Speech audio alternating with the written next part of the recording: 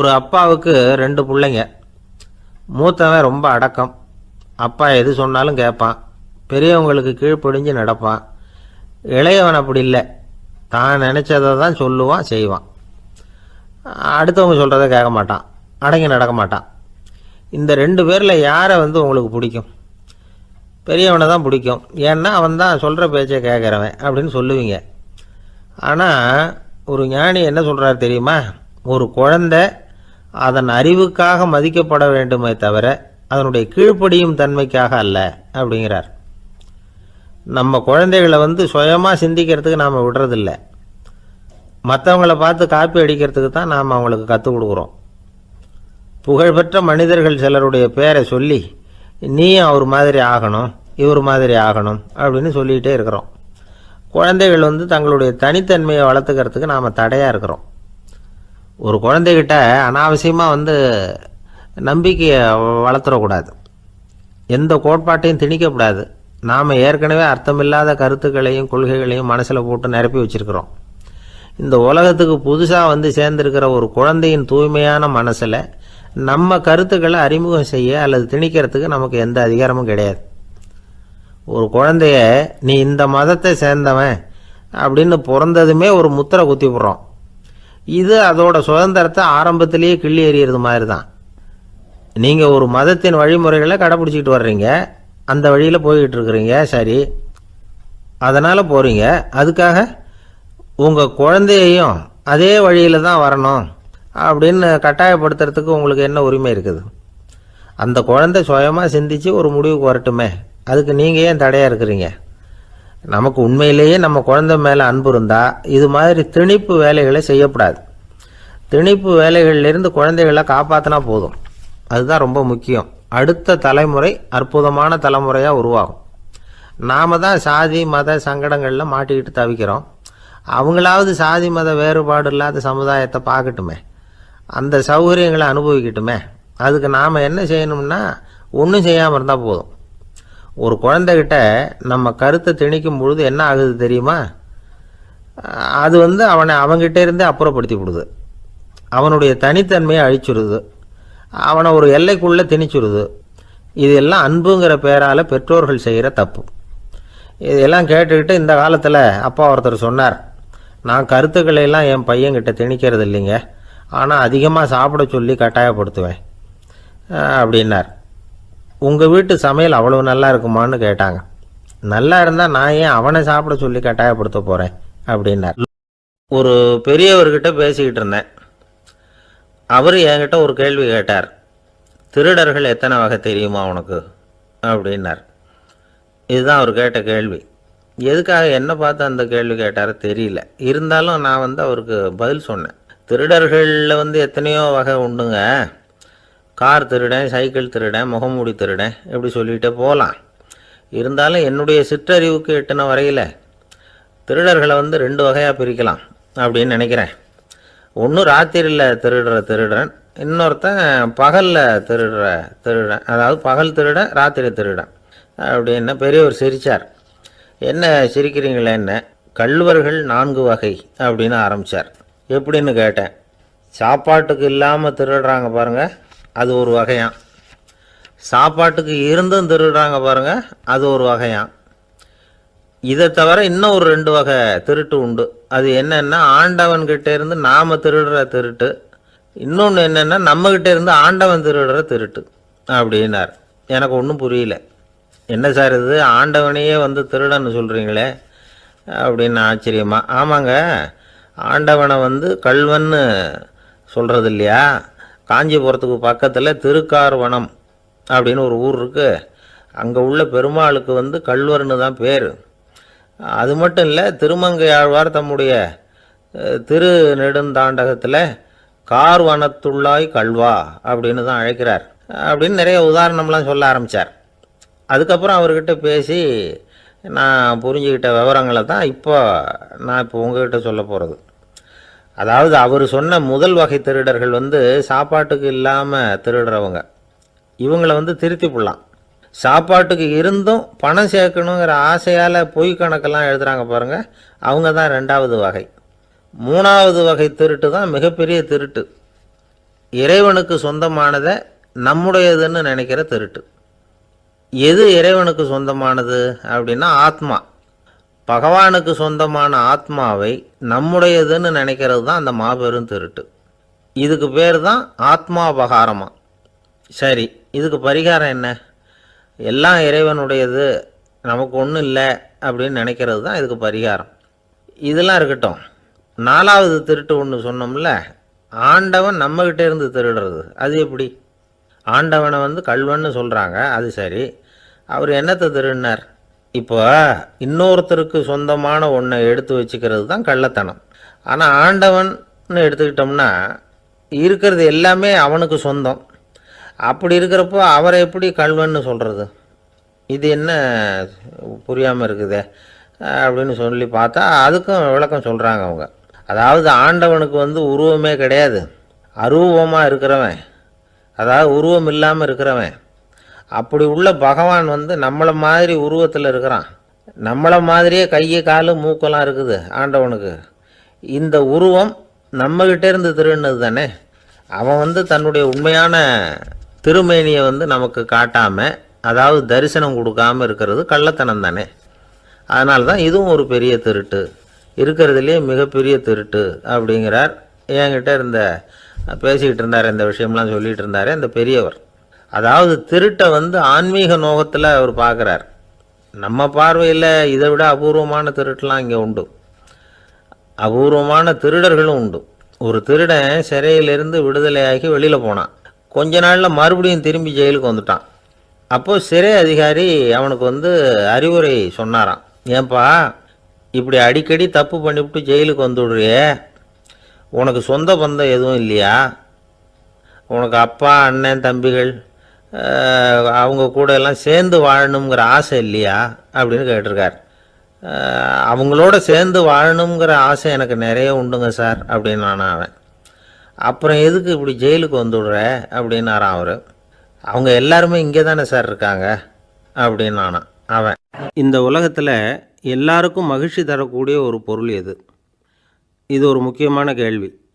இந்த கேள்விக்கு பொருத்தமான ஒரு பதிலை உங்களால் சொல்ல முடியுமா? அதாவது கொஞ்சம் யோசித்து பார்த்தா பணம்னு சொல்லலாமா? இப்போ கையில் காசு இல்லாதவங்ககிட்ட ஒரு 10 ரூபாயை கொடுத்தா அது அவனுக்கு சந்தோஷத்தை கொடுக்கும். ஏற்கனவே வருமான வரி பிரச்சனையில் சிக்கி இருக்கிறவர்கிட்ட இன்னும் கொஞ்சம் பணம் இந்தாங்கன்னு சொல்லி கொடுத்தோம்னா அது அவருக்கு சங்கடத்தை தான் கொடுக்கும். அதனால் அந்த கேள்விக்கு பணங்கிறது பொருத்தமான பதிலாக இருக்க முடியாது. கேள்வி என்னென்னா, இந்த உலகத்தில் எல்லாருக்கும் மகிழ்ச்சி தரக்கூடிய ஒரு பொருள் எது? சரி, இனிப்புன்னு சொல்லலாமா? ஏன்னா எல்லாருக்கும் இனிக்க தானே செய்யும். அதுலேயும் ஒரு சிக்கல் இருக்குது. சர்க்கரை வியாதிக்காரங்களுக்கு அது என்ன சந்தோஷத்தையாக கொடுக்கும்? ஆக எல்லாருக்கும் வேறுபாடு எதுவும் இல்லாமல் மகிழ்ச்சியை கொடுக்கக்கூடியது வேறு ஏதோ ஒன்று இருக்குது. அது என்னன்னு கண்டுபிடிக்கணும். அதுதான் இன்றைக்கி தகவல். இப்போ அதை கண்டுபிடிக்கணும்னா இந்த கதையை கேட்கணும். அது என்ன கதைன்னா, ஒரு ஊரில் ஒரு ராஜா இருந்தார். அவருக்கும் இதே சந்தேகம் வந்துட்டுது. அதாவது எல்லாருக்கும் இன்பம் தரக்கூடிய பொருள் எது அப்படின்னு. இதுக்கு பதில் தெரிஞ்சுக்கிறதுக்கு ஆசைப்பட்டார். சரி, அதுக்கு என்ன செய்யலாம்னு யோசனை பண்ணார். நாட்டு மக்களுக்கு பகிரங்கமாக ஒரு அறிவிப்பு கொடுத்தார். நம்ம நாட்டு மக்கள் இன்பம் தரக்கூடிய பொருள் எதுன்னு நினைக்கிறாங்களோ அதை கொண்டுக்கிட்டு அரண்மனையில் உள்ள கண்காட்சி மண்டபத்தில் வைக்கலாம். அப்படி அவங்க வைக்கிற பொருள்களில் எது எல்லாருக்கும் இன்பம் தரக்கூடியதாக இருக்குமோ அதை வச்சவருக்கு 1000 பொற்காசுகள் பரிசு அப்படின்னு அறிவிப்பு கொடுத்துட்டார். ஜனங்கள் இந்த அறிவிப்பை கேட்டாங்க. அதுக்கப்புறம் சும்மா இருப்பாங்களா? 1000 பொற்காசுன்னா சும்மாவா? அவங்க கையில் என்னென்ன கிடைச்சதோ அதையெல்லாம் கொண்டாந்து அரண்மனை காட்சி மண்டபத்தில் வச்சுட்டாங்க. அதுக்கப்புறமா ராஜா அங்கே வந்தார். ஒவ்வொன்றா பார்த்துக்கிட்டே வந்தார். முதல்ல ஒரு குயில் இருந்தது, இனிமையாக பாடக்கூடிய குயில். இந்த குயிலோட இன்னிசை எல்லாருக்கும் இன்பம் தரக்கூடியது தான்.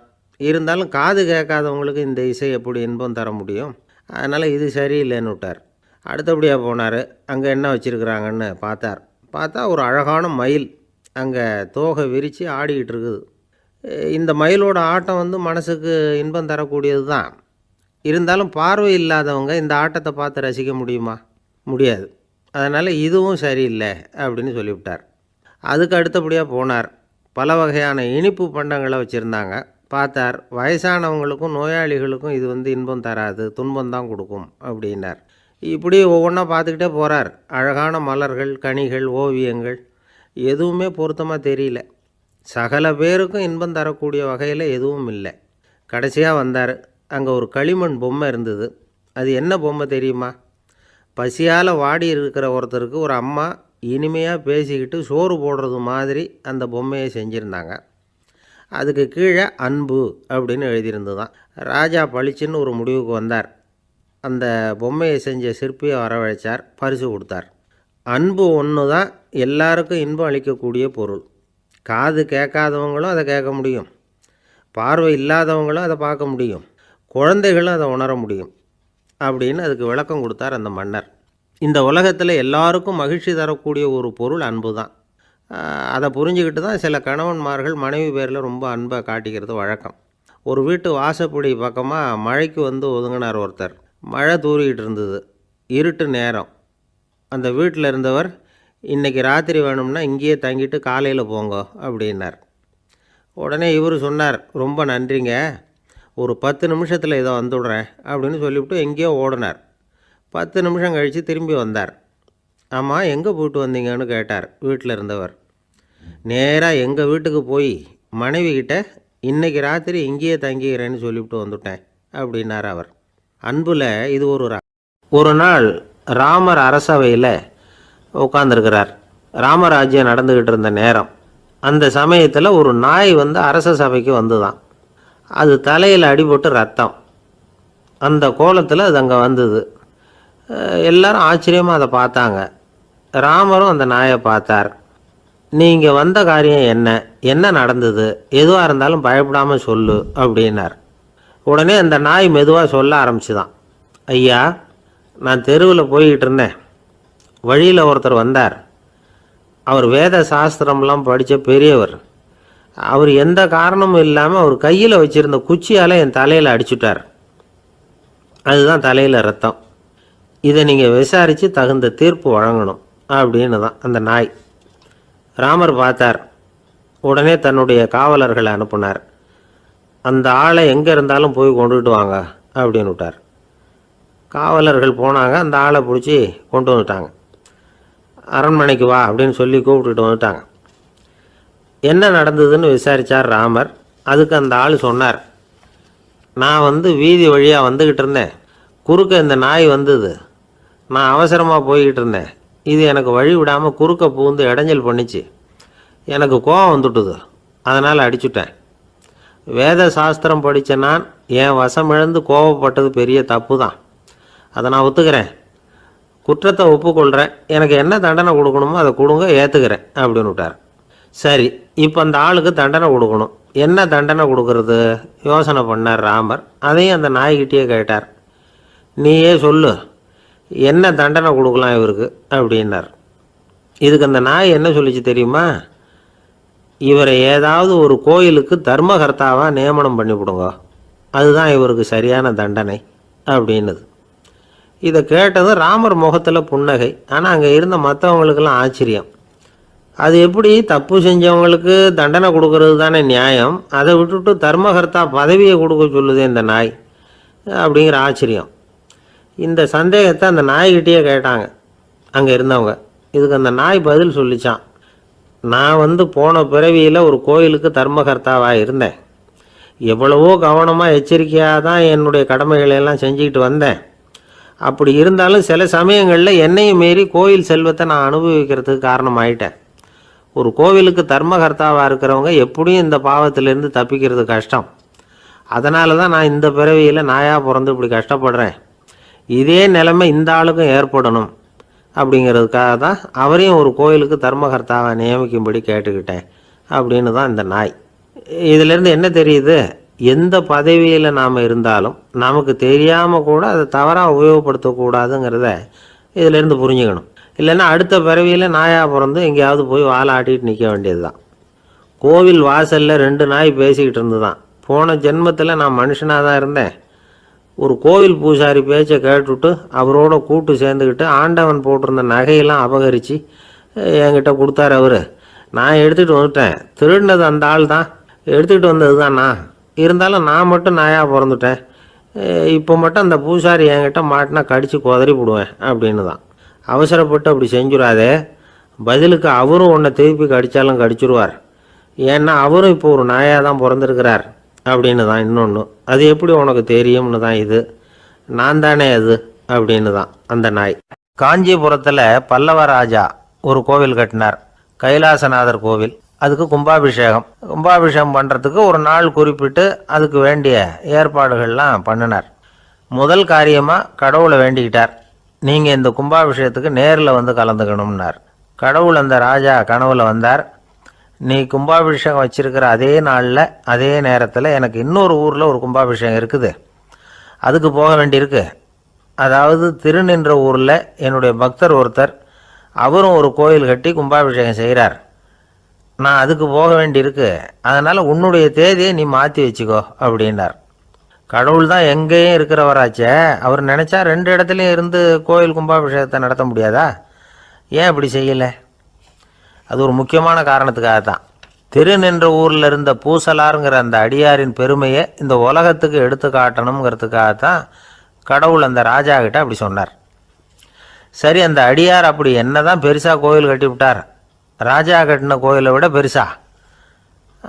அவர் கட்டினது கருங்கல்லாலேயோ மண்ணாலேயோ மரத்தாலேயோ இல்லை. அவர் கட்டின கோயில் வேறு மாதிரி. அது மனசால் கட்டின கோயில், மனசுக்குள்ளே இருக்கிற கோவில், மனக்கோவில். அந்த அடியார் தன்னோட மனசுக்குள்ளே மாதக்கணக்காக ஒவ்வொரு கல்லாக சேர்த்து கட்டின கோவில். இந்த விஷயம் ராஜாவுக்கு தெரியாது. அவர் என்ன நினச்சிட்டாரு, அது நாம் கட்டின கற்கோயிலை விட ரொம்ப பெருசாக இருக்கும் போல இருக்கு அப்படின்னு நினச்சிட்டார்.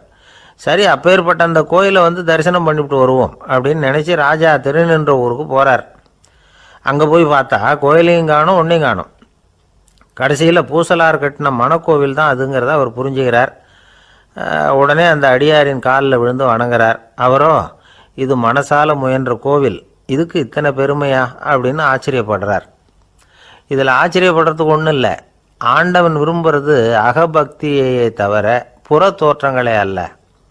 இதை நாம் புரிஞ்சுக்கிட்டோம்னா நமக்குள்ள எந்த வேறுபாடுகளும் வர்றதுக்கு வழியே இல்லை. இன்னொரு ராஜா இருந்தார். அவர் ஆண்டவனுக்கு படைக்கிறதுக்காக ஒரு தார் நல்ல செவ்வாழை பழமாக எடுத்துக்கிட்டு போகணும்னு நினச்சார். அதனால் நாளே அதை வாங்கிட்டு வர சொன்னார் வேலைக்காரங்கிட்ட. வேலைக்காரன் போனால் கடைத்தெருவில் ஒரு தார் பழம் வாங்கினா, வர்ற வழியில் அவன் குடிசை. அப்படியே எட்டி பார்த்துட்டு போவோமேன்னு நினச்சான். போனான். அங்கே இவனோட குழந்தை பாவம் பசியால் கத்திக்கிட்டு இருக்கு. இவன் பார்த்தான், இவ்வளவு பெரிய தாரில் ஒரு 2 பழம் எடுத்தா தெரியவா போகுது அப்படின்னு நினச்சி ஒரு 2 பழத்தை பிச்சு அந்த குழந்தைகிட்ட கொடுத்தான். அதை வாங்கி வயிறார சாப்பிட்டுது, பசி அடங்குச்சு, விளையாட போயிட்டுது. இவன் அதுக்கப்புறம் வாழைப்பழத்தை எடுத்துக்கிட்டு அரண்மனைக்கு வந்தான். 2 பழம் பிச்சிருக்கிறது ராஜாவுக்கு தெரிஞ்சு போச்சு. இவன் உண்மையை சொல்லிவிட்டான். உடனே ராஜா, கடவுளுக்கு படைக்க வேண்டிய பொருளை குழந்தை எச்சில் பண்ண விட்டுருக்கியே அப்படின்னு சொல்லி அவனை கட்டி வச்சு சாட்டையால் அடித்தார். பாவம். மறுநாள் பழத்தை கோயிலுக்கு எடுத்துகிட்டு போனார். கடவுள் முன்னாடி வச்சார். கடவுள் கண்ணை திறந்து பார்த்தார், பழம்லாம் அழுகி இருக்குது. என்ன இது அழுகி போன பழம் அப்படின்னார். ராஜா முழிச்சார். நல்லா தானே இருந்தது அப்படின்னு நினச்சார். அப்போ கடவுள் அந்த ராஜா கிட்ட சொன்னாராம், இதை பார்ப்பா, இந்த தாரில் 2 பழம் தான் நல்ல பழம், அந்த 2 பழங்களையும் நேற்றுக்கே நான் சாப்பிட்டுட்டேன் அப்படின்னாராம். அப்போ தான் ராஜாவுக்கு புரிஞ்சுது, ஏழை குழந்தையின் பசியை தீர்க்கறதுக்காக உதவுன அந்த 2 பழம்தான் இறைவன் சாப்பிட்ட பழம்னு. இறைவன் இருக்கிற இடம் எது? இதுதான். ஒரே ஒரு ஊரில் ஒரு அம்மா இருந்தாங்க. அந்த அம்மாவுக்கு ஒரே ஒரு பிள்ளையாண்டான். அவனுக்கு ரொம்ப அக்கறையோடு கல்யாணம் பண்ணி வச்சாங்க. கல்யாணம் முடிஞ்சதும் மருமக பொண்ணு வீட்டுக்கு சேர்ந்தது. அப்பாடா, என் கடமை முடிஞ்சுது, இனிமே அக்கடான்னு எங்கேயாவது ஒரு மூலையில் படுத்து கிடக்கலாம் அப்படின்னு நினச்சாங்க அந்த அம்மா. ஆனால் நினைக்கிறபடி எங்கே நடக்குது? அதுக்கப்புறம் தான் பிரச்சனையே ஆரம்பமாச்சு. மருமகள் குணம் சரியில்லை, ஒரு மாதிரி. அந்த பொண்ணு வீட்டுக்கு வந்ததுமே முதல் வேலையாக மாமியாரை பார்த்து, அதுதான் நான் வந்துட்டேன்ல, இனிமேல் உங்களுக்கு என்ன வேலைங்க, புறப்பட வேண்டியது தானே, காசி ராமேஸ்வரம்னு எங்கேயாவது போங்க அப்படின்ட்டு தான். மாமியாரை பார்த்தாங்க, கொஞ்சம் யோசனை பண்ணாங்க. இந்த பாருமா, நீ இப்படி சொல்கிறதுக்கு முன்னாடியே வீட்டை விட்டு புறப்படணுங்கிற முடிவுக்கு நான் வந்துட்டேன். வீட்டை மட்டும் இல்லை, இந்த உலகத்தை விட்டே கூட போகிறதுக்கு தயாராக இருக்கிறேன். ஆனால் ஒரே ஒரு விஷயத்துக்காக என் உயிரை கையில் பிடிச்சிக்கிட்டு இருக்கிறேன் அப்படின்னாங்களாம். என்ன விஷயம்னு கேட்டது இந்த மருமக பொண்ணு. வேறு ஒன்றும் இல்லை, என் பிள்ளைக்கு கல்யாணம் பண்ணி வச்சுட்டேன்.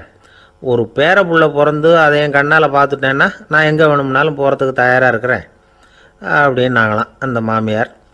மாமியார் இப்படி சொல்கிறதுலேயும் நியாயம் இருக்கிறதாக பட்டுது அந்த பொண்ணுக்கு. சரி அப்படியே இருந்து பார்த்துட்டு போகலாம் அப்படின்னு அனுமதி கொடுத்தது. கொஞ்ச காலத்தில் ஒரு பேரன் பிறந்தான். அந்த அம்மாவும் பேரனை கண்ணால் பார்த்துட்டாங்க. சரி பேரனை பார்த்தாச்சுல்ல, இனிமேல் புறப்பட வேண்டியது தானே அப்படின்னது மருமக பொண்ணு. மாமியார் பார்த்தாங்க. நீ சொல்கிறது சரிதாம்மா, அதில் ஒன்றும் தப்பு இல்லை. என்னோடய பேரன் உங்களை அம்மா அப்பான்னு கூப்பிடுறதை என் காது குளிர கேட்டுட்டு போயிடுறேனே அப்படின்னாங்களாம். சரி அந்த ஆசையை நிறைவேறட்டும் அப்படின்னு காத்துக்கிட்டு இருந்தாங்க. பேரன் வளர்ந்தான், நடந்தான், பள்ளிக்கூடம் போனால், பெரியவனானான். மருமக பொண்ணு மறுபடியும் மாமியாரை விரட்ட ஆரம்பிச்சுட்டுது, இன்னும் புறப்பில்லையான்னு. இதை பாருமா, இது வரைக்கும் இருந்துட்டேன். பேரனோட கல்யாணத்தையும் கண்ணால் பார்த்தா தான் இந்த கட்டை வேகும் போல் இருக்குது அப்படின்னு சொல்லி ஒரு மாதிரியாக பேச ஆரம்பித்தாங்க. இதுவும் நியாயமான ஆசையாக தான் படுது அப்படின்னு அது யோசிச்சிருக்கு அந்த பொண்ணு. சரின்னு அதுக்கும் ஒத்துக்கிட்டது. உடனே பேரனுடைய கல்யாணமும் முடிஞ்சது ஒரு வழியாக. இனிமேல் ஒரு நொடி கூட இங்கே இருக்கக்கூடாது, புறப்படுங்க அப்படின்னு மாமியாரை விரட்டிச்சான் அந்த பொண்ணு. இப்போ அந்த மாமியார் தன்னோட மருமகளை பார்த்து சொல்கிறாங்க, இதோ கிளம்பிட்டேம்மா, என் மூட்டை முடிச்செல்லாம் கட்டிக்கிட்டேன், புறப்பட்டுவிட்டேன். அப்படியே நீயும் உன் துணிமணிகளை மூட்டை கட்டிக்கிட்டு கிளம்பிடும், என்னோட சேர்ந்து 2 பேருமா சேர்ந்து போயிடலாம் அப்படின்னாங்களாம். அந்த பொண்ணு முழிக்குது. முழிக்காதே, உனக்கும் ஒரு மருமக வந்துட்டா, இனிமேல் நீயும் ஒரு மாமியார் தானே, உனக்கும் இனிமேல் இங்கே வேலை இல்லை, புறப்படு அப்படின்னாங்களாம். அப்போ தான் அந்த பொண்ணு சிந்திக்க ஆரம்பிச்சுதான், தன்னோட தவறு புரிஞ்சுதான். இந்த தகவலை கேட்டுக்கிட்டு இருக்கிற மருமகள்லாம் இதை பற்றி கொஞ்சம் யோசித்து பார்க்கணுங்கிறதுக்காகத்தான் இதை சொல்கிறோம் மாமியார்கள் சார்பாக. கொஞ்ச நாளைக்கு முன்னாடி ஒரு பொண்ணை பார்த்து பேசுகிற சந்தர்ப்பம் கிடைச்சிது ஒரு கல்யாண வீட்டில். அந்த பொண்ணு சொல்லிச்சு, சார் எனக்கு கல்யாணம் ஆகி 15 வருஷம் ஆகுது, நான் மாமியார்கிட்ட சண்டை போட்டதே இல்லை அப்படின்னு ரொம்ப அடக்கமாக சொல்லிச்சு. அது எப்படிம்மா சாத்தியமாச்சுன்னு கேட்டோம். எனக்கு கல்யாணம் ஆகி 15 வருஷம்தான் ஆச்சு, ஆனால் என் மாமியார் செத்து போய் 20 வருஷத்துக்கு மேலே ஆகிட்டுது. நம்மக்கிட்ட ஒருத்தன் தப்பாக நடந்துக்கிட்டானா உடனே நாம் என்ன செய்வோம், கையை ஓங்கிட்டு அவனை அடிக்க போவோம். நாம் அவங்ககிட்ட அவனை விட ஒருபடி மேலே தப்பாக நடந்துக்குவோம். ஆனால் பெரியவங்கள்லாம் அப்படி நடந்துக்கிறது இல்லை. இன்னா செய்தாரை ஒருத்தல் அவர் நாண நன்னயம் செய்து விடல் அப்படின்னு வள்ளுவர் சொல்லியிருக்கார் இல்லையா, அதுக்கு தகுந்த மாதிரி நடந்துக்குவாங்க. பாயசித் விஸ்தாமிங்கிறவர் ஒரு பெரிய ஞானி. அவர் ஒரு நாள் ராத்திரி ரொம்ப நேரம் மசூதியில் இருந்துட்டு வீட்டுக்கு திரும்பி வந்துக்கிட்டு இருக்கிறார். வழியில் ஒரு குடிகாரன், அவன் கையில் ஒரு இசைக்கருவி, அதை கண்ணா பின்னான்னு மீட்டிக்கிட்டு வாய்க்கு வந்தபடியே என்னத்தையோ பாட்டுன்னு நினச்சிக்கிட்டு பாடிக்கிட்டு அவன் பாட்டுக்கு கிடக்கிறான் வழியில். அதோடு இருந்தாலும் பரவாயில்ல, அந்த பக்கமாக வழியில் போகிறவங்க வர்றவங்களையெல்லாம் பார்த்து கண்ணா பின்னான்னு திட்டிக்கிட்டு இருக்கிறான், ரொம்ப வளர்க்குறான். பாயசீத் பிஸ்தாமிங்கிற அந்த பெரியவர் அந்த வழியாக போகிறார். அவனை பார்க்குறார். அவனுடைய நிலைமையை பார்த்துட்டு பரிதாபப்படுறார். ஏன்பா இது மாதிரியெல்லாம் நடந்துக்கிற, இப்படி நடக்கலாமா அப்படின்னு ஏதோ கொஞ்சம் புத்திமதி சொல்கிறதுக்கு ஆரம்பித்தார். அவனுக்கு கோபம் வந்துட்டுது. கையில் வச்சுருந்த வாத்திய கருவி அதால் ஓங்கி அந்த பெரியவர் தலையில் ஒரு அடி கொடுத்தான். இரத்த காயம் ஏற்பட்டு போச்சு. அவன் கையில் இருந்த இசைக்கருவியும் அடித்த வேகத்தில் 2ஆக உடஞ்சி போச்சு. அவ்வளோ வேகமாக அடிச்சிருக்கான். இவ்வளவு தூரத்துக்கு நடந்து போச்சுல்ல, அந்த மாபெரும் ஞானி வாயை திறந்து ஒரு வார்த்தை கூட பேசலை. பேசாமல் தலையை பிடிச்சிக்கிட்டு அவர் பாட்டுக்கு போயிட்டார். மறுநாள் அந்த பெரியவர் என்ன பண்ணார் தெரியுமா, கொஞ்சம் இனிப்பு பண்டங்கள், கொஞ்சம் பணம், இது 2ஐயும் ஒரு ஆள் மூலமாக அனுப்பி வச்சார் அந்த குடிகாரனுக்கு. அவனுக்கு ஒன்றும் புரியல. என்ன விவரம்னு விசாரித்தான். வந்த ஆள் ஒரு கடுதாசியை நீட்டினான். அதில் விவரம் இருந்தது. ஞானி எழுதியிருக்கிறார், இதை பார்ப்பா, உங்களுடைய இசைக்கருவி உடையறதுக்கு என்னுடைய தலை காரணமாக ஆயிட்டுது, அதுக்காக நான் ரொம்ப வருத்தப்படுறேன், அதுக்காக தான் பணம் அனுப்பி வச்சுருக்கேன், வேறு புதுசாக ஒரு இசைக்கருவி வாங்கிக்கோ. அப்புறம் இன்னொரு விஷயம், நேற்றுக்கு ராத்திரி என்கிட்ட ஏகப்பட்ட கசப்பான வார்த்தைகளை பேசினேன், இதோடு அனுப்பியிருக்கிற இனிப்பு பண்டங்களை சாப்பிட்டு உன்னுடைய நாவில் உள்ள கசப்பை மாற்றிக்கோ அப்படின்னு அதில் எழுதப்பட்டிருந்தது. இந்த சமயத்தில் அவன் குடி மயக்கத்தில் இல்லை, தெளிஞ்சு போயிருந்த நேரம் அது. அதனால் அதை படித்த உடனே அவனுக்கு ரொம்ப வெக்கமாக போச்சு. தலை குனிஞ்சான், யோசனை பண்ணான். கொஞ்ச நேரத்தில் தன்னுடைய நண்பர்கள் சில பேரையும் கூப்பிட்டுக்கிட்டு நேராக அந்த ஞானி இருக்கிற இடத்துக்கு ஓடினான். அவர் காலில் விழுந்தான், அவர்கிட்ட மன்னிப்பு கேட்டுக்கிட்டான். பெரியவங்களே தெரியாமல் நான் இந்த பாவ செயலை பண்ணிவிட்டேன், என்னை மன்னிச்சுங்க, உங்களுடைய பொறுமையும் போதனையும் என்னுடைய கண்ணை திறந்துட்டுது, இனிமேல் நானும் என்னுடைய நண்பர்களும் நல்ல வழியில் திருந்தி வாழ போகிறோம் அப்படின்னா. ஞானி செய்த நன்னயம் குடிகாரனை எப்படி திருத்தியிருக்கு பார்த்தீங்களா. இந்த கதையை கேட்டுவிட்டு ஒருத்தர் சொன்னார், என் வாழ்க்கையில் கூட அப்படி ஒரு சம்பவம் நடந்தது சார். நானும் ஒரு நாள் ராத்திரி ஓவராக குடிச்சிட்டு ஒரு கிட்டாரை வாசிச்சுக்கிட்டு கண்ணாபின்னான்னு உளறிக்கிட்டு திட்டிக்கிட்டு இருந்தேன். அந்த சமயம் அந்த வழியாக ஒருத்தர் வந்தார். ஓங்கி தலையில் ஒரே ஒரு அடி, ரத்தம் வந்துட்டுது. அதுக்கப்புறம் என் மனசு தெரிஞ்சுட்டுது சார் அப்படின்னார். அப்படியா என்ன ஆச்சரியமா? ஆமாம் சார், அடி விழுந்தது அவர் தலையில் இல்லை, என் தலையில். வந்தவர் என்ன அப்படி அடிச்சுட்டார். மயக்கம் தெளிஞ்சதுக்கு அப்புறம்தான் எனக்கு விவரம் புரிஞ்சுது. அவர் ஒரு போலீஸ்காரர் அப்படின்னார் ரொம்ப சோகமாக. அரேபிய நாடு, அங்கே ஒரு ஆட்சி தலைவர். அரேபிய நாட்டு ஆட்சி பொறுப்பை ஏற்றுக்கிட்டவர். அவர் ஆட்சி பொறுப்பை ஏற்றுக்கிட்ட பிறகு ஒரு நாள் ஒரு தெருவில் நடந்து போய்கிட்டு இருந்தார். அவர் தோளில் ஒரு பெரிய துணி மூட்டை, அதை சுமந்துக்கிட்டு கடத்தெருவை நோக்கி அவர் போய்கிட்டு இருக்கிறார். வழியில் அவரை சந்தித்தார் உமர். அவர் கேட்டார், கலீஃபா அவர்களே, எங்கே புறப்பட்டுட்டீங்க அப்படின்னு கேட்டார். கலீஃபான்னா ஆட்சி தலைவர்னு அர்த்தம். இதுக்கு அவர் சொன்னார், நான் துணி வணிகம் செய்கிறவன், அதனால் துணி வியாபாரம் செய்கிறதுக்காக போயிட்டுருக்கிறேன்னார். நீங்கள் இப்போ இந்த நாட்டுக்கு ஆட்சி தலைவர், ஆட்சி பொறுப்பில் இருக்கிறீங்க. நீங்கள் வியாபாரம் செய்ய போட்டால் அரசு பணிகளை செய்கிறது யார் அப்படின்னு கேட்டார் அவர். நான் அரசு பணிகளை மட்டுமே செஞ்சுக்கிட்டு இருந்தால் என் குடும்பத்தை காப்பாற்றுறது யார் அப்படின்னு கேட்டார் அவர். இப்படி கேட்டவர் யார் தெரியுமா? அவர் தான் அபூபக்கர், இறை தூதர் முகமது அவர்களுக்கு பிறகு கலீஃபாவாக தேர்ந்தெடுக்கப்பட்டவர். அப்போலாம் ஆட்சி தலைவர்களுக்கு சம்பளம்னு எதுவும் கிடையாது. இந்த பிரச்சனையை எப்படி தீர்க்கிறதுன்னு யோசனை பண்ணார் உமர். அபு உபைதா அவர்கள்கிட்ட அழைச்சிட்டு போனார். அவர் யாருன்னா, அவர் தான் பொது நிதி கருவூலத்தின் பொறுப்பாளர். அவர்கிட்ட பிரச்சனையை சொன்னார். இது மாதிரி ஆட்சி தலைவருக்கு பொது நிதியிலிருந்து ஊதியம் அளிக்க முடியுமான்னு கேட்டார். பொது நிதி விதிகளின்படி அதுக்கு சாத்தியம் இல்லைன்னு சொல்லிவிட்டார் அவர். சரி, வேற ஏதாவது வழி இருக்குதான்னு கேட்டார் உமர். அபு உபைதா கொஞ்சம் யோசனை பண்ணி பார்த்தார். அப்புறமா சொன்னார், மக்காவிலிருந்து மதீனாவுக்கு குடிபெயர்ந்து வந்த அகதிகளுக்கு நிதி உதவி அளிக்கிறதுக்கு விதிகளில் இடம் இருக்கு. அப்படி பார்த்தா அபூபக்கரும் அகதி தானே, அதனால் எல்லா அகதிகளுக்கும் கொடுக்கறது மாதிரியே அவருக்கும் ஒரு தொகை அளிக்கலாம்னார். கலீஃபா அபூபக்கருக்கு இந்த அகதி உதவித்தொகையைத்தான் கொடுத்துட்டு வந்தாங்களாம். குடும்ப செலவுக்கு அது போதுமானதாக இல்லை. இருந்தாலும் கலீஃபாங்கிறதுக்காக மற்ற அகதிகளை விட அதிகமாக தொகையை பெற அவர் விரும்பலை. மார்பு பக்கம் கிழிஞ்சிருந்த ஒரு மேலாடையை தான் அவர் அணிஞ்சிருந்தார். அவருடைய துணைவியார் அஸ்மா, அவங்க ஒரு நாள் தேன் அருந்த ஆசையாக இருக்குன்னாங்களாம். நமக்கு கிடைக்கிற ஊதியம் குடும்ப செலவுக்கே போதுமானதா இல்லையே, இந்த நிலையில் தேன் வாங்கிறதுக்கு காசுக்கு நான் எங்கே போவேன்ருக்கார் அவர். கொஞ்ச நாள் கழித்து அவங்க ஒரு தொகையை அவர்கிட்ட கொடுத்து தேன் வாங்கிட்டு வர சொன்னாங்களாம். இவருக்கு ஆச்சரியம், ஏது இந்த பணம்னு கேட்டிருக்காரு. நீங்கள் தினமும் குடும்ப செலவுக்காக கொடுத்துக்கிட்டு வந்த பணத்தில் கொஞ்சம் கொஞ்சமாக மிச்சப்படுத்தி வச்சேன்னாங்களாம். அபூபக்கர் அந்த பணத்தை எடுத்துக்கிட்டு நேராக பொது நிதி கருவூல பொறுப்பாளர்கிட்ட போனார். இந்த பணத்தை பொது நிதியில் சேர்த்துருங்க, இது அதிகப்படியாக எனக்கு தரப்பட்டு வந்த ஊதியம், அடுத்த மாதத்துலேருந்து இந்த தொகையை குறைச்சிங்கன்னு வேற சொல்லிவிட்டாராம்.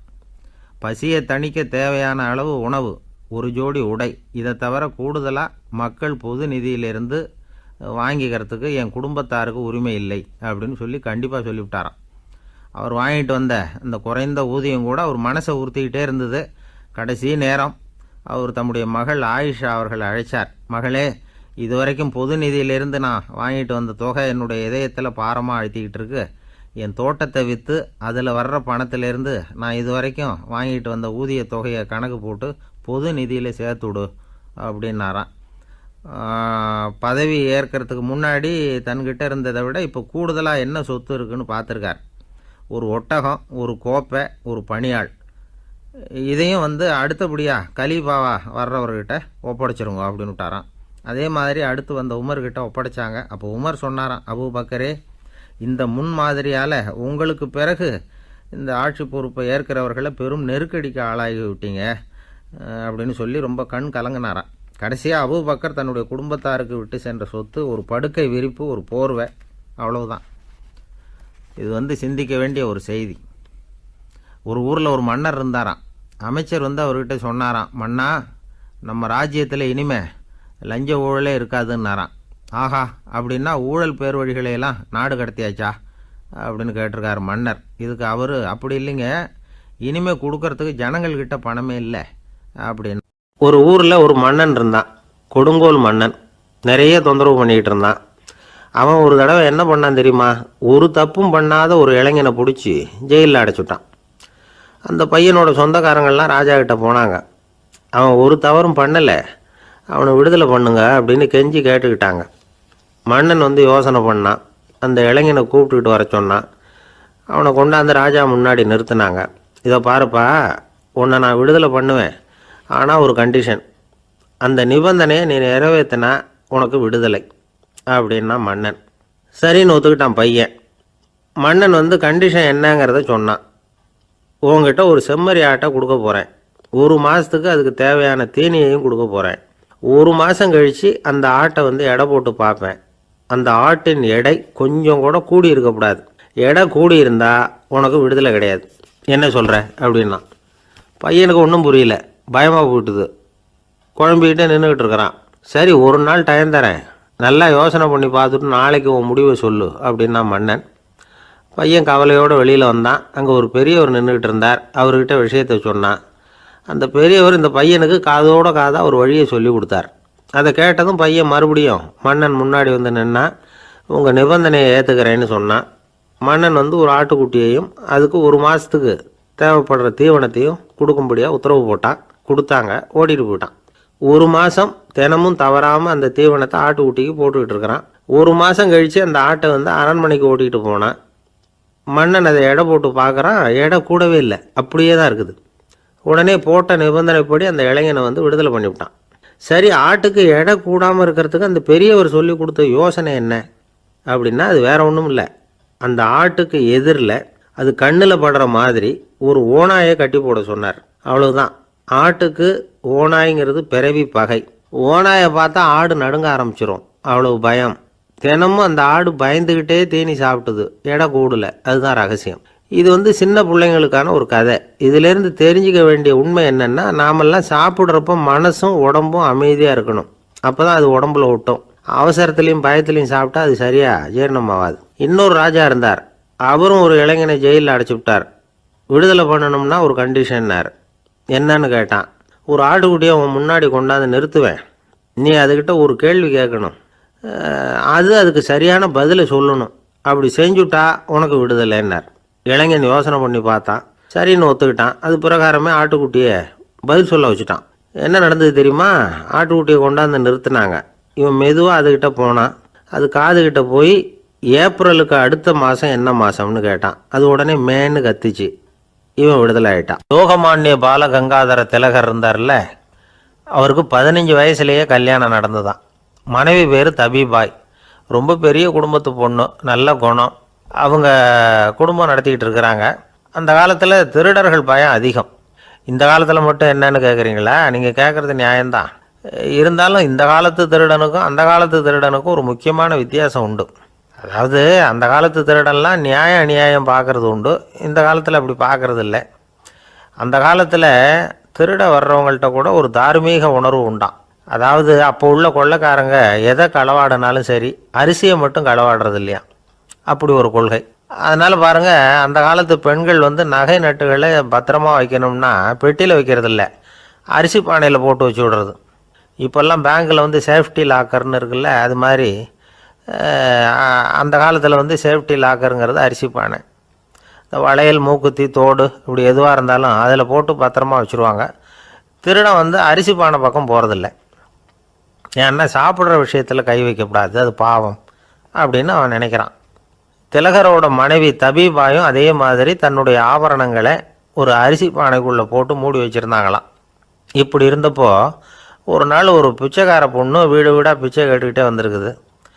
திலகர் வீட்டுக்கும் வந்து தர்மம் போடுங்க தாயே அப்படின்னு தான் அந்த பொண்ணு. அந்த அம்மா தபீபாய் காதில் இது விழுந்திருக்கு. உடனே கை நிறைய அரிசி அள்ளிக்கிட்டு வந்து போட்டிருக்கு.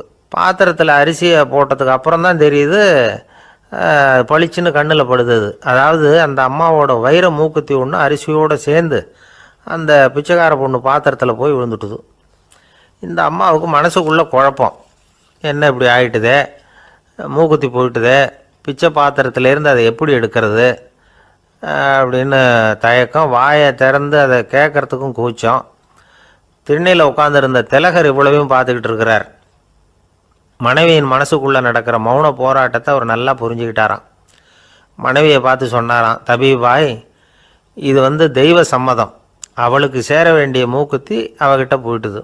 பிச்சை பாத்திரத்தில் விழுந்த மூக்குத்தியை எடுக்க வேணாம் அப்படின்னாராம். சரின்னு சொல்லிவிட்டு மேற்கொண்டு எதுவும் சொல்லாமல் அந்த அம்மா வீட்டுக்குள்ளே போயிட்டாங்களாம். இந்த காலத்துலலாம் அது மாதிரி நடக்குமா? வெறும் அரிசியை போட்டுவிட்டு விவகாரம் பண்ணிகிட்டு இருக்க மாட்டோமா? ஒரு பெரிய மனுஷன் வீட்டுக்கு ஒரு பிச்சைக்காரன் வந்தான். ஐயா, நாங்கள் பிச்சைக்காரங்கள்லாம் சேர்ந்து ஒரு சங்கம் வச்சுருக்குறோம், அதுக்கு நிதி சேர்க்குறோம், அதுக்கு ஒரு 100 ரூபா கொடுத்தீங்கன்னா எங்களுக்கு பெரிய உதவியாக இருக்கும் அப்படின்னானா. அதெல்லாம் ஒன்றும் கொடுக்க முடியாது போ அப்படின்னாரான் அவர். அப்படின்னா ஒரு 50 ரூபாயாவது கொடுங்களேன் அப்படின்ட்டுருக்கான். அதுவும் முடியாதுன்னு சொல்லிவிட்டார். 25 ரூபா அப்படின்ட்டுருக்கான். எதுவும் முடியாது அப்படின்னாரான். சரிங்க, இவ்வளோ பெரிய வீட்டுக்கு வந்துட்டு வெறுங்கையோடு திரும்புறது நல்லா இருக்காது, அதனால் சும்மா ஒரு 1 ரூபா மட்டுமாவது கொடுங்க அப்படின்ட்டுருக்கான் அவன். ஒரு பைசா கூட என்கிட்ட கிடையாது அப்படின்னு விட்டாரான் இவர். அப்படின்னா நீங்கள் ஒரு காரியம் பண்ணுங்களேன் அப்படின்னானா அவன். என்ன செய்யணும் அப்படின்ட்டுருக்கார். எங்கள் சங்கத்தில் நீங்களும் ஒரு மெம்பராக சேர்ந்துருங்க அப்படின்னானா. ஒரு சிகை அலங்கார கூடம், ரொம்ப சுறுசுறுப்பாக எல்லோரும் வேலை செஞ்சுக்கிட்டு இருக்கிறாங்க. முடிவெட்டிக்கு வந்திருக்கிறவங்க நிறைய பேர், எல்லோரும் வரிசையாக உட்காந்துருக்குறாங்க. அந்த சமயத்தில் திடீர்னு கதவை திறந்துக்கிட்டு ஒருத்தர் உள்ளே வர்றார். அவர் ஒரு பெரிய மனிதர். அவரும் முடிவெட்டிக்கிறதுக்காக தான் உள்ளே வந்திருக்கிறார். அவரை பார்த்த உடனே அங்கே வரிசையில் உட்காந்துருந்தவங்க எல்லோரும் எழுந்திரிச்சு அவர்கிட்ட வந்துட்டாங்க. அவரை சுற்றி நின்றுக்கிட்டாங்க. எப்படி இருக்கிறீங்க, நல்லா இருக்கீங்களா அப்படின்னு விசாரிக்க ஆரம்பிச்சிட்டாங்க. எல்லாம் முடிஞ்சதும் வந்தவர் கேட்டார், வரிசையில் கடைசியாக இருக்கிறவர் யார் அப்படின்னு கேட்டார். ஏன்னு கேட்டாங்க. நான் அதுக்கு அடுத்தபடியாக உட்காரணும், அதுக்காக தான் கேட்குறேன் அப்படின்னார். உடனே அங்கே இருந்தவங்கள்லாம் என்ன சொன்னாங்க தெரியுமா? நீங்கள் வரிசையில் காத்திருக்கக்கூடாது, நீங்கள் அரசாங்கத்தின் தலைவர், உங்களுக்கு நேரம் முக்கியம், அதனால் நீங்கள் முன்னாடி போங்க அப்படின்னு சொன்னாங்க. ஆனால் அதை அவர் கேட்கல. தோழர்களே, உங்களுடைய கருத்துக்கு ரொம்ப நன்றி. எல்லாரும் வரிசையாக தான் வரணும், அதுதான் முறை. வரிசையில் வரணுங்கிற நடைமுறையை நானும் பின்பற்ற விரும்புகிறேன். நாம் எல்லாரும் சமமானவர்கள் அப்படின்னார். இப்படி சொல்லிவிட்டு வரிசையில் கடைசியாக இருந்த ஒரு நாற்காலியில் போய் உட்காந்துக்கிட்டார். தன் சட்டை பையில் இருந்த ஒரு செய்தித்தாளை எடுத்தார், படிக்க ஆரம்பிச்சிட்டார். ஆனால் அங்கே இருந்தவங்களால் இதை பார்த்துக்கிட்டு சும்மா இருக்க முடியல. ஒருத்தர் எழுந்திரிச்சு வந்தார். ஐயா, இப்போ என்னுடைய முறை வந்திருக்குது, நான் தான் போக வேண்டிய முறை. உங்களை இங்கே காத்திருக்க வைக்கிறத விட ஒரு 5 ஆண்டுகளுக்கு கூட நான் முடிவெட்டிக்காமே இருந்துட முடியும் அப்படின்னார். அவர் மறுபடியும் சொன்னார், ஐயா, நீங்கள் வரிசை முறையை தாண்டி போக விருப்பப்படல, சரி, ஆனால் என்னுடைய முறையை மாற்றி கொடுக்கறதுக்கு எனக்கு முழு உரிமை இருக்குது. இதுக்கு பதிலாக உங்களுடைய கடைசி இடத்த நான் எடுத்துக்கிறேன், இதை நீங்கள் மறுக்க முடியாதுன்னார். அங்கே இருந்த மற்றவங்களும் இதை ஒரு மனசாக வற்புறுத்த ஆரம்பிச்சிட்டாங்க. அந்த பெரிய மனிதர் பார்த்தார், சரின்னு கடைசியாக ஒத்துக்கிட்டார். அவர் யார் தெரியுமா? அவர் தான் மாவீரர் லெனின். ரஷ்யாவில் கிரெம்ளின் சிகை அலங்கார கூடத்தில் தான் இது நடந்தது. எல்லாரும் இந்நாட்டு மன்னர்கள்னு வாயளவில் பேசுகிறதுல என்ன பிரயோஜனம்? நாம் எல்லாரும் சமங்கிறத நடைமுறையில் கடைப்பிடிச்சி காட்டினவங்க கொஞ்சம் பேர் தான். அவங்களில் ஒருத்தர் தான் லெனின். வரிசையில் நின்று வர்றதுங்கிறது ஒரு சிறந்த பண்பு, உயர்ந்த பண்பு. இன்றைக்கி பல இடங்களில் அது நமக்கு தேவைப்படுது. ஒரு ரேஷன் கடைவாசல், கடை திறக்கிறதுக்கு முன்னாடியே எல்லோரும் வரிசையில் நின்றுட்டாங்க. கடைசியாக வந்த ஒருத்தர் க்யூவில் முன்னாடி போகிறதுக்கு முயற்சி பண்ணுறார். ஏற்கனவே நின்றுட்டு இருக்கிறவங்க அவரை முன்னாடி போகிறதுக்கு விட மாட்டேங்கிறாங்க. கடைசியாக போய் நில்லையா அப்படின்னு எல்லோரும் கத்துறாங்க. அதான் அவர் காதில் வாங்கலை, முண்டி அடிச்சுக்கிட்டு முன்னாடி போகிறதுக்கே முயற்சி பண்ணிகிட்டு இருக்கிறார். எல்லோரும் சேர்ந்து அவரை வலுக்கட்டாயமாக இழுத்து கொண்டாந்து பின்னாடி கொண்டு போய் நிறுத்திவிட்டாங்க. நிறுத்திவிட்டு சொன்னாங்க, அதை பாருப்பா, நாங்கள் இருக்கிற வரைக்கும் நீங்கள் முன்னாடி போய் எதையும் வாங்க முடியாது, தெரிஞ்சுக்கோ அப்படின்னாங்க. இப்போ அந்த ஆள் சொன்னாராம், நான் இங்கே பின்னாடி நிற்கிற வரைக்கும் நீங்களும் எதுவும் வாங்க முடியாது அப்படின்னாராம். ஏன்னு கேட்டிருக்கிறாங்க. நான் தான் அந்த கடையை திறக்க வேண்டிய ஆள் அப்படின்னா. கணவன் மனைவி அன்பாக இருக்கணும், ஒருத்தர் ஒருத்தர் நல்லா புரிஞ்சுக்கணும், விட்டு கொடுக்குற மனப்பான்மை வேணும், அதுதான் ஒரு நல்ல குடும்பம். இன்றைக்கி பல குடும்பங்களில் அர்த்தமில்லாத சண்டைகள் தான் அதிகம். கிராமப்புறங்களில் வேடிக்கையாக ஒரு கதை சொல்லுவாங்க. ஒரு ஊரில் ஒரு ஆள் இருந்தான், வேலை வெட்டி இல்லாமல் சும்மாவே இருந்தான். அவனுக்கு கல்யாணம் பண்ணி வச்சாங்களாம். மனைவி சேர்ந்தா. சும்மாவே உட்காந்துருக்கிறியே, ஏதாவது சம்பாதிக்கிற வழியை பாரு அப்படின்ட்டுருக்கா. அதுக்கு தான் யோசனை பண்ணிகிட்டு இருக்கிறேன், ஒரு அருமையான ஐடியா அப்படின்னு நானா. என்ன அது சொல்லு அப்படின்ட்டுருக்கா. அவன் ஒரு ஆட்டுக்குட்டி வாங்க போகிறேன்ருக்கான்.